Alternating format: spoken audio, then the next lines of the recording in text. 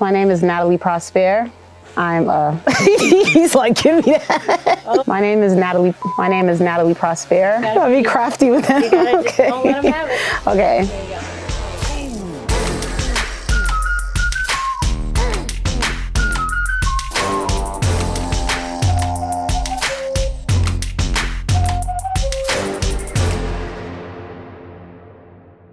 My name is Natalie Prospere. I'm a manager, label executive, and publisher, and this is Goated. Before I got into the music industry, I worked for the state of New Jersey in Child Protective Services, so I was a social worker. It was a very challenging experience. You have to be able to emotionally disconnect from a job like that, and it's really hard to do for someone like me who really cares about everything that I'm involved in, especially, you know, something like that where you're dealing with children, but also I feel like it prepared me for what was to come in my life.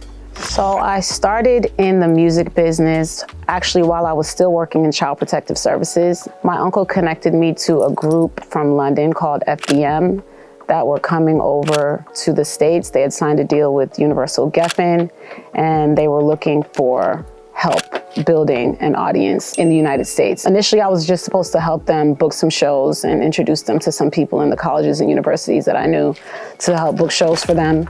And their housing situation fell through, so they ended up actually moving in with me. Yeah, initially they were supposed to crash at my place for a couple of days. It ended up turning into the whole summer of 2007.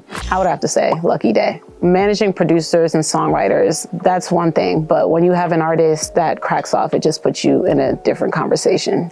10 times harder to manage an artist than it is a producer. Just way more things to consider. Producers, for the most part, it comes down to just creating songs, but you know, artists are the ones that are presenting this music to the world. Now we're talking about touring and we're talking about branding. You're dealing with publicists and publishers and the label, and there are just so many more people involved in an artist's career than there is with a producer. I don't know that too many people are actually pursuing true artistry. I think a lot of people just want to be popular. To be a true artist, you have to be a student, and that requires time, dedication, focus that I'm not sure a lot of people are willing to put in the time to do. Authenticity, making great songs, and building community. Authenticity, songs, community. Yeah, don't do it, no. Have a great lawyer, explore all options. Also, don't be in a rush to be nailed down in a record deal. Build as much as you can on your own before you get into that kind of situation. You're always gonna be in a better position to negotiate the more that you've done on your own. Oh, it's all just changing so rapidly. I would honestly say that the major labels are losing their footing. A lot of the services that you would traditionally get from a major record deal are not necessarily being provided anymore. Distribution deals typically offer you a little bit more creative control, whereas labels have so much volume that they like to dictate kind of release schedule and the order in which things happen and how things happen. So I'd say probably the biggest difference that I've seen with distribution deals is more creative freedom. I would have to say probably the 4 nominations that Lucky got from his first album, Painted. I told everyone that this was Grammy-worthy music, and some people didn't necessarily believe in what we were doing with him music-wise. They thought it was just too left of what everyone else was doing, which was the whole point. So I think that getting those nominations solidified that I wasn't crazy and that I knew that what they were doing was really special.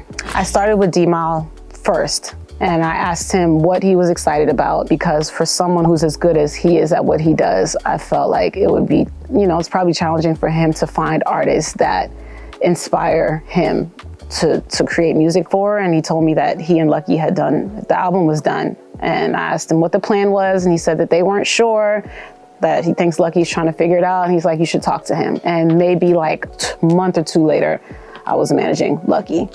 So D and I became friends early in my LA life. He was signed to Rodney Jerkins, and Harmony was also signed to Rodney Jerkins, and we just were a part of the same music community. He and a group of his friends would throw these really cool parties at their place, and I used to pull up. So that's how we met. We became friends. I guess on the party scene. Diddy party? No Diddy parties. Great songs.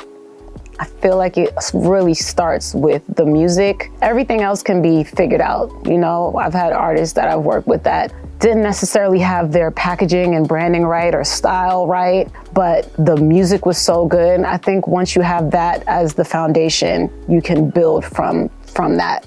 It is a dream come true. I don't know that I always wanted to own a label because I didn't know that I was going to be in the music industry. Early on in my management career though, I realized how much of everyone else's job I was doing, but didn't have any equity in the things that I was building. So I think early on in my music career, I realized that having a label would probably be a good idea, but it is a dream come true. I am a huge Mickey Mouse fan. I've been a Mickey Mouse fan my entire life, and everything that the Disney company represents, I'm just a fan of. So having a label partnership with them is absolutely a dream come true.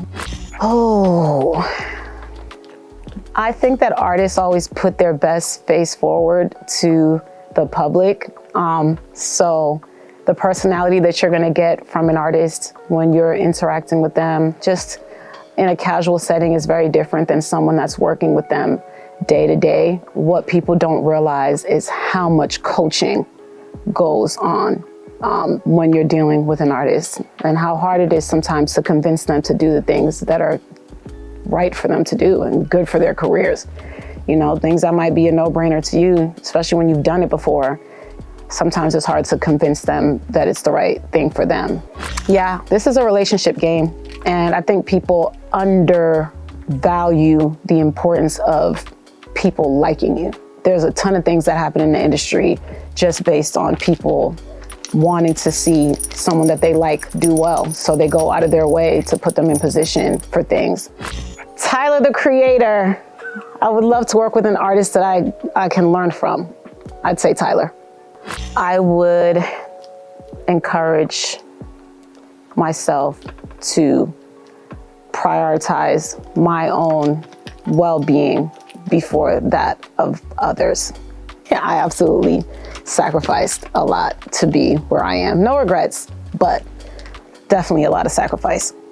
I do think that the world is changing rapidly right now, and I always like to look at the marketplace as a global marketplace with 8 billion people in it. So when you have access to an app like Muse, you know, and you can connect with people from all over the world and create and collaborate, I think that the possibilities are endless, and you don't necessarily need to be in LA or New York to be successful. So I'm in a sorority. My line name is The Confidant. I think that I have a unique ability to connect with people from all walks of life and make people feel comfortable and willing to share with me. So yeah, I would say my superpower is my people skills. Yeah, look at me, Doc. Hope you don't mind a goat chewing in your face. It's fine.